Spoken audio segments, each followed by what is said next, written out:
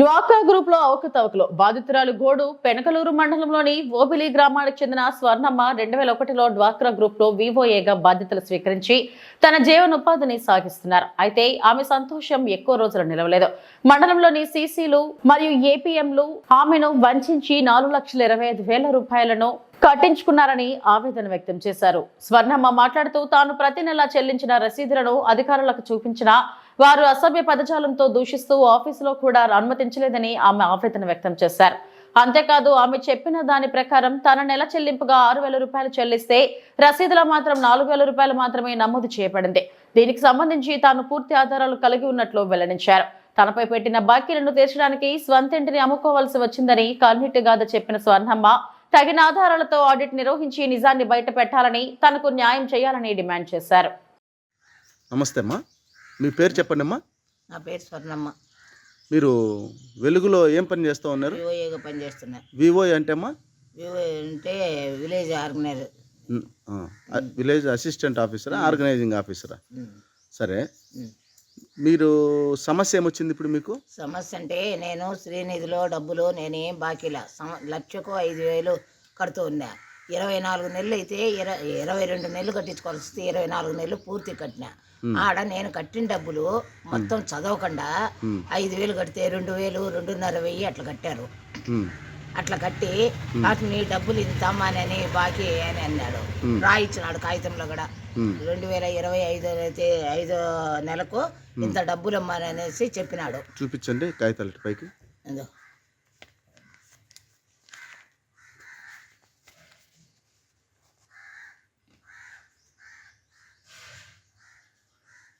అప్పటికి 50,000 రూపాయలు రాసిచ్చా. నేను అప్పటికి ఇంకా సాలించుకున్నా. 7 నెలలు మళ్ళా కట్టినా. 7 నెలలు కట్టిన తర్వాత ఏం చేసినాడంటే మళ్ళా నేను శ్రీనిధి డబ్బులు నేను ఊరికి పోతా. పండగ 12వ నెల మీటింగ్. 12వ నెల మీటింగ్ అయితే 12వ నెల నేను ఊరికి పోతున్నాను. 18 అట్లా వస్తాను అనేసి నేను కట్టేసి నా చేతి నుంచి డబ్బులు కట్టి వెళ్ళిపోయినా. వచ్చి వాళ్ళ దగ్గర రాబట్టుకుంటాంలేనని.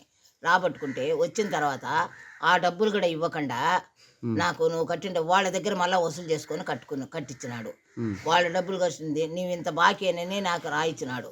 నేను ఇంత బాకీ లేదని చూసుకుని నాకు 2 కొడుకులు వచ్చిపోయి నేను దిగులతో పడి బాధపడి 30 ఏళ్ల కొడుకు 25 ఏళ్ల కొడుకు నేను బాధపడి నేను ఇది చేస్తుంటే నాకు అన్యాయం చేసి ఆఫీస్ కాడికి పోతే చెప్తూ కొడతామో అని మాట్లాడతారు. లెక్కలు చూడమనంటే ఇంకెవరికి నేను న్యాయం చెప్పాలి సార్?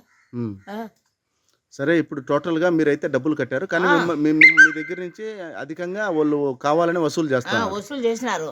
సరే, మీ దగ్గర ఇప్పుడు మీరు కట్టిన వాటికి అన్ని రిసిప్ట్లు అన్ని లెక్కలన్నీ కరెక్ట్ ఉన్నాయి కదా? సరే, మరి వాళ్ళు ఏ విధంగా మీరు బాకీ అని చెప్తారు? మరి మీరు ఇచ్చిన డబ్బులు వాళ్ళు కట్టలేదా? వాళ్ళు కట్టకుండా నేను ఇప్పుడు డబ్బులు 11 ఇప్పుడు 6,000 కడతాను కదా. లక్షకి 5,000 కట్టాను అనుకో. దాంట్లో 11,000, 4,000, 2,000, 2,500, 3,000 అట్లా కట్టినారు. మొత్తం డబ్బులు కట్టలేదు మీరు? అదిగో రసీదులు ఉన్నాయి కదా నా దగ్గర, స్లిప్లు ఉన్నాయి. సరే, ఓకే, మీరు ఇచ్చిన రిసిప్ట్లు కు వాళ్ళు కట్టిన దానికి చాలా డిఫరెన్స్. సో ఆ డిఫరెన్స్ మీద మీరు ఇప్పుడు పోరాడాలనుకుంటున్నారు. అవును, మీకు ఇబ్బంది కలిగించినారు కాబట్టి ఇప్పుడు టోటల్ గా మిమ్మల్ని ఎంత కట్టాలంటున్నారు? మిమ్మల్ని ఎంత కట్టాలని అంటున్నారు వాళ్ళు? 4,65,000 గ్రూపుల దగ్గర 1.5 లక్ష 6,000 దాకా కట్టించినారు. 6 లక్షలు కట్టించారు. మరి 6 లక్షల రూపాయలు ఎట్లా కట్టినారు మీరు?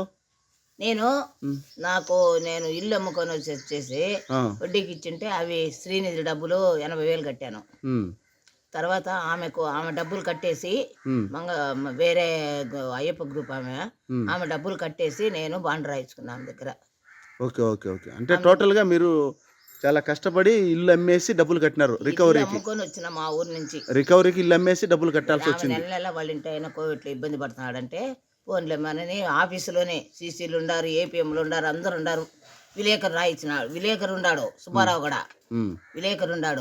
విలేకరు రాయిచ్చింది కూడా బాండు తెమ్మా చూసిస్తామని చెప్పినేసి ఆ బాండ్ ఇవ్వకుండా నాకు ఇది చేసి నన్ను అన్యాయం చేసినారు సార్.